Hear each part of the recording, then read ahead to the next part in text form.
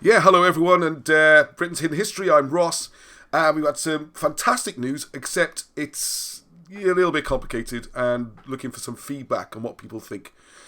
Finally, after all these years, it looks like Alan Wilson is going to get some official recognition, which is about time, isn't it, really? But so what they've done, looking at, I'll go through the details of what he's been offered in a minute.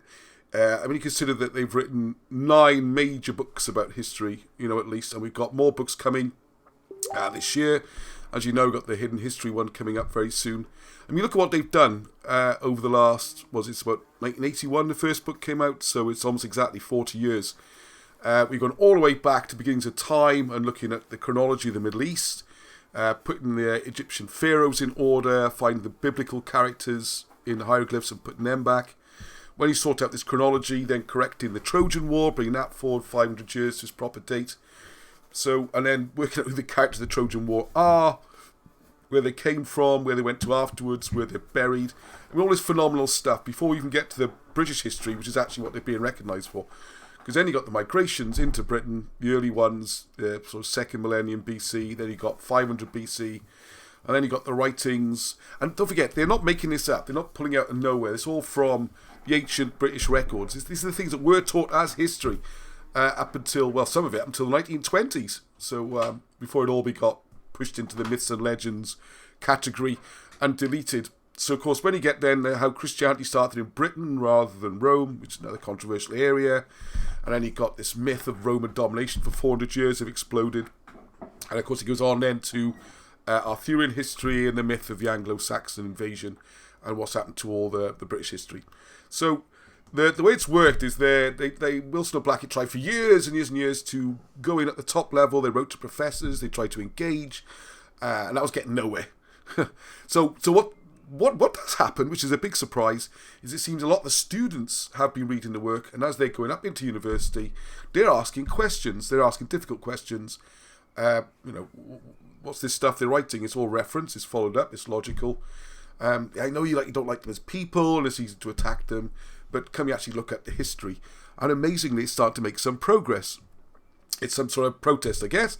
So the first, it might actually lead on to some other ones, but the main thing, the letter they had is from the Oxford Student Union to consider the position of being honorary president, which is just fantastic.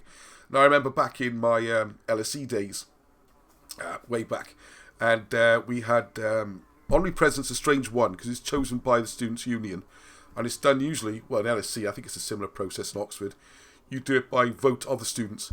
Now, back when I was there, we had an incredibly controversial honorary president chosen, which was Winston Silcott, who was accused of killing Officer P.C. Blakelop was the name of the police officer who was brutally murdered. And it did turn out later that the Students' Union was probably right, and that Winston Silcott does look like he was fitted up for it. He had a very low IQ, and they kind of put words in his mouth and all this kind of stuff. So what they did, they managed to get a conviction, even though it was undoubtedly the wrong person.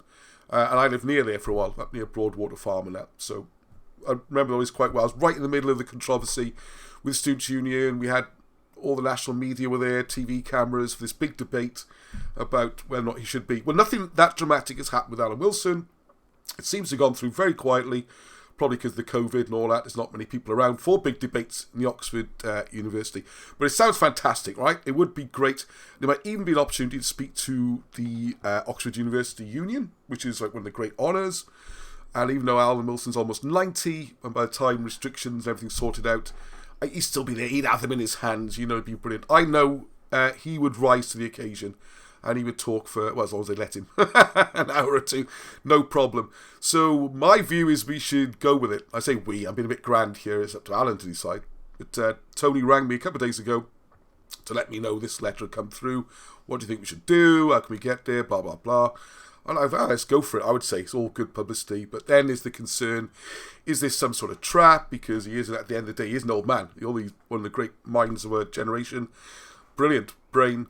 He is getting a bit old and the whole thing might be a bit too much. So I'm looking for some views. So if you look on the link there, you can click through, and then there's another video showing different options and the chance to vote and all that kind of clever stuff I couldn't really do on this video. So please have a look at that, because the implications are surprising.